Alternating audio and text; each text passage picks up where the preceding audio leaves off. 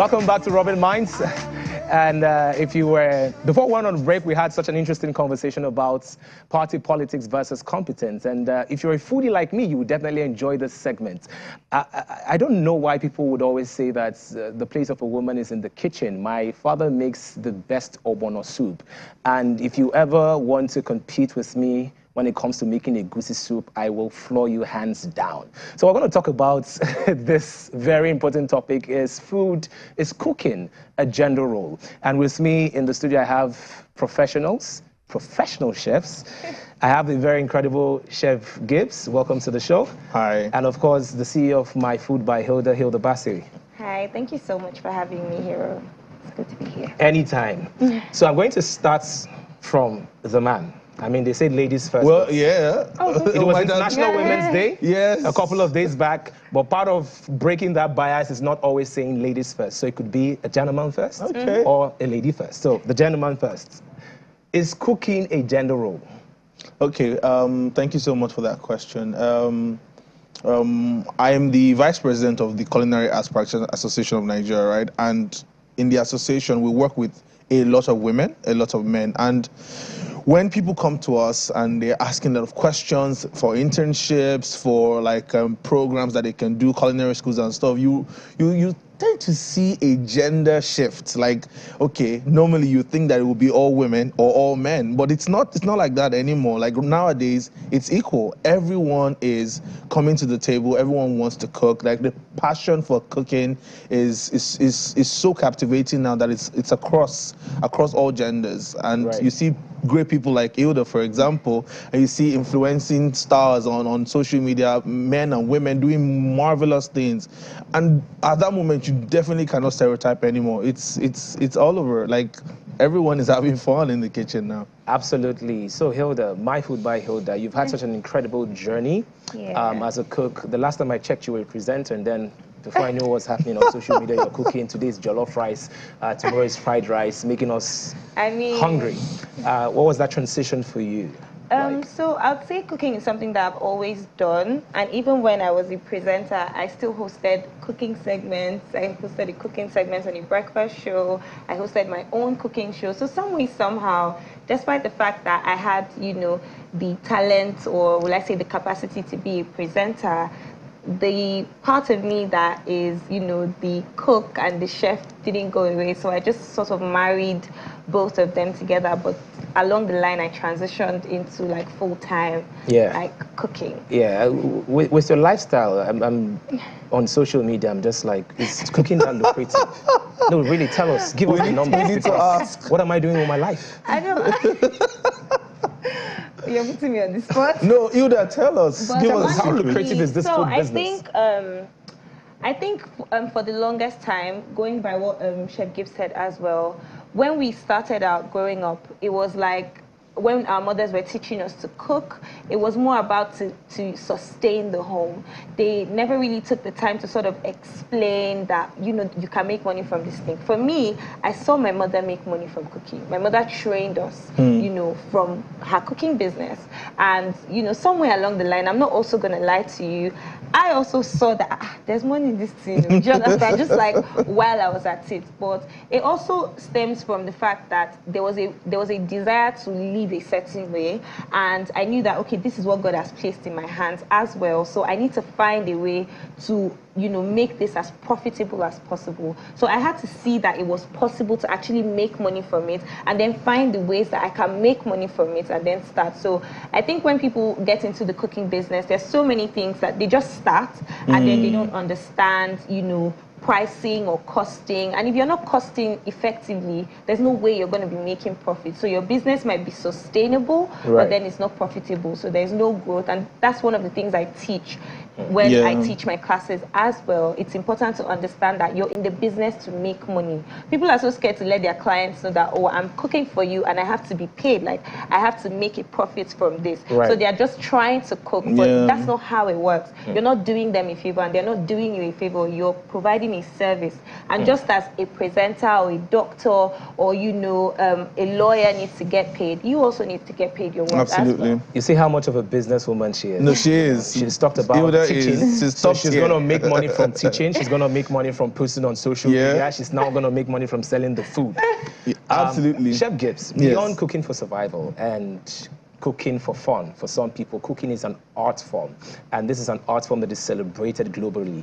How much of storytelling is found in cooking, and how can we sort of utilize these amazing dishes we have and export it as our own African stories to the rest of the world? Amazing, amazing. You know, cooking, so for a long time, Hilda mentioned about cooking with our parents and how cooking has been like a cultural transference. So recipes from your mom, from your grandmom, and things like that. So cooking is not just a career path. It's not just a mistake for some people. They stumbled on it. It's a lifestyle. It's a story. It's personalized. Like a great chef. There's a difference between like a good cook and a great chef.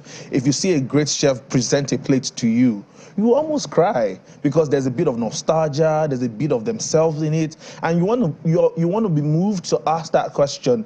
Please, why did you make this? And then they start like, when I was young, I was exposed to this ingredient. This ingredient meant so much to me, and it made me want to do this, want to do that. There's one of the biggest restaurants in the world that is heavy on foraging. So it's called Farm to Fork. So they grow their ingredients themselves. Everything. Before you can book in that restaurant, you have to book like 2 years ahead because everything is so specific, so seasonal, like fresh ingredients. And that's what we're even trying to promote in the association. For example, that Nigeria has so many beautiful, and that's one of the reasons I actually like Hilda. I've told her this before because exporting our ingredients, using our ingredients. A lot of people look at our ingredients and they just think, oh, it's local. There's nothing beautiful that can come from it. But there are a lot of chefs in Nigeria today that are doing amazing things with our ingredients. We did a podcast recently with Ugba. Bambara, it's called Bambara. And in France, in the UK, Nigerians look for Bambara, and when they like give it to their friends, so they're like, oh, this is a beautiful. And when you do a lot of research on it, you see the medicinal effects of this thing. So foreigners are now coming here to ask questions about these ingredients. Wow. And so this is a time, this time that we're in right now is such a beautiful time to be a chef, to be a food professional in Nigeria, because there's so much to tell. We will take them to our villages and show them this is where we grow it. Even though sometimes we don't even know where they grow these things, but it's so exciting right now to love food, to be in the food industry. Oh, I'm excited by your excitement. But please, I have just one request. You made a statement that, there's one restaurant that you have to book 2 years ahead to taste their food. I beg, no dwam. I cannot wait 2 years to taste the food. We don't even know that will be alive, but you get the point. So Hilda, on a more serious note, there's this conversation on argument that there are a lot of male chefs dominating the industry, and some women would argue that this one area, this one field that we've owned for several years, you men have left other phases, other spheres to come and drag it with us. How would you react to that argument? So I always say this, that there's enough space in the sky for us all to fly. I wouldn't say that men are coming to take over what we've already held down for the longest time. Like I said, back in the day when they were teaching us to hold down the kitchen, they were teaching it to us like, to hold down your home. Men really go into it as professionals. I think that has been the thing. So maybe before now, or long before now, women weren't taking, the title, the chef title, as a thing. It was more, I'm a great cook, I'm a homemaker. I used to champion I'm not a chef, I'm a cook. You understand me? So it's more that men sort of put it in the more like, took the profession of it and now made it a whole thing.